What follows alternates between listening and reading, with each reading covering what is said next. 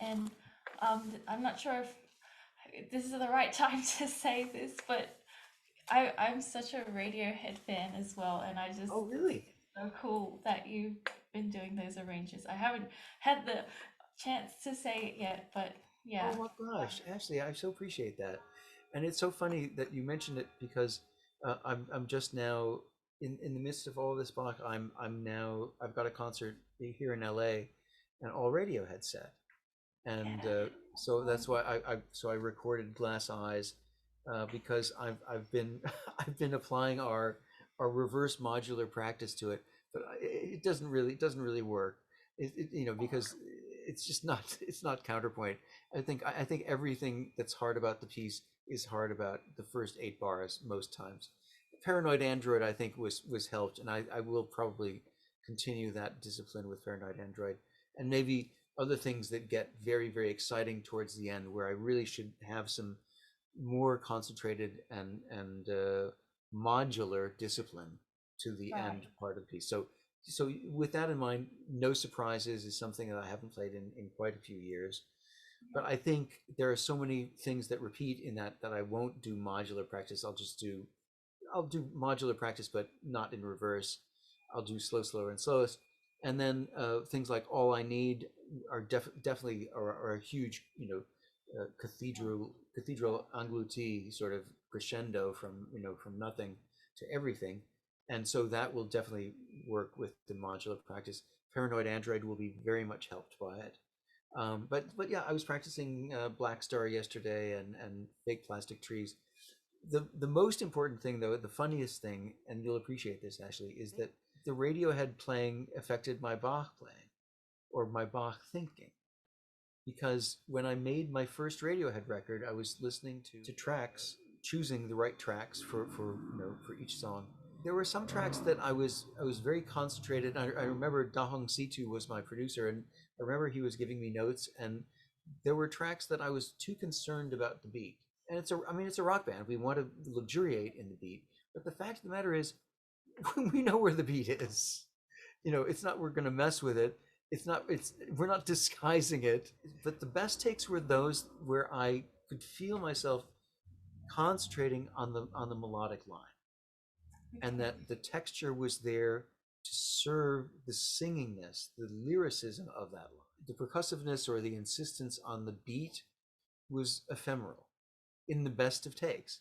And so I think that really contributed to the way we're looking at Bach. When we come to a passage that is difficult, Bach is telling us complexity. You know, Needs time. Content determines momentum, and content determines everything. But complexity demands that kind of engagement, that kind of holding back and putting a microscope on it for a moment. Even the syncopations that we take for granted in Bach's music, all of it really demands that kind of freedom, that kind of Yeah. accommodation. And in your performances, I think the way you're able to like put all that color from the songs onto like just the piano, yeah, that that engagement you have with all the different colors is like really cool to hear. Like just Well, on the yeah. it's much better now, Ashley, because we've been working together. Because now I'm much more conscious of. It's not just the beat that I was over conscious of. I was very conscious of, and I've been conscious for a long time of having made really great mosaic, momentary note choices. Every 16th note that goes by is a really pretty sound. I gotta say. I mean, I worked a lot on that, but sometimes I think I celebrate that too much, and I really never did when I recorded them initially have a good sense of really the ambience of that fabric. I just thought it was a really cool fabric, and I would pick the melody out, but aside from that, it's not really very differentiated. And so I'm happy to say, and so with that in mind, with the Bach in mind, that is all changing now for the better, and you'll go back and hear my old Radiohead records. And say, oh God, I wish he wouldn't play that way. Oh, it's so terrible. He didn't know anything back then. My God, it's embarrassing. Put the YouTube thing on.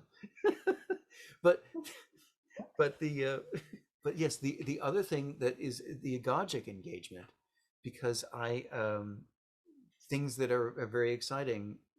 even Glass Eyes, which is not a terribly exciting piece, but it comes to a grand ending.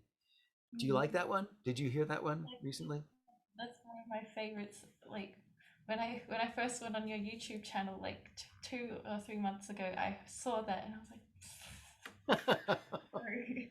Yeah, I love it. It's my favorite of the late ones, and that was really just two measures of the way he did it, and then everything else aside from melody and harmony is mine. And Yeah. that was so freeing. That experience of writing it, I so appreciate that you like that. But I now get to the end of Glass Eyes, and I'm pretty hepped up, by the end of it, and it gets a very big texture. And yesterday, when I made the live recording, I actually slowed down at the end. I was actually in control enough to say, yes, we can, because I always had the feeling of getting softer at the end, but never really calming down. I felt solid at the end, but not really serene. And yesterday, I had that kind of control. So I'm really glad you enjoyed it. But I hope you won't be too embarrassed about my old Radiohead recordings anymore. Oh, I'll, I I'll don't make think. I'll make I'll make new ones. I promise.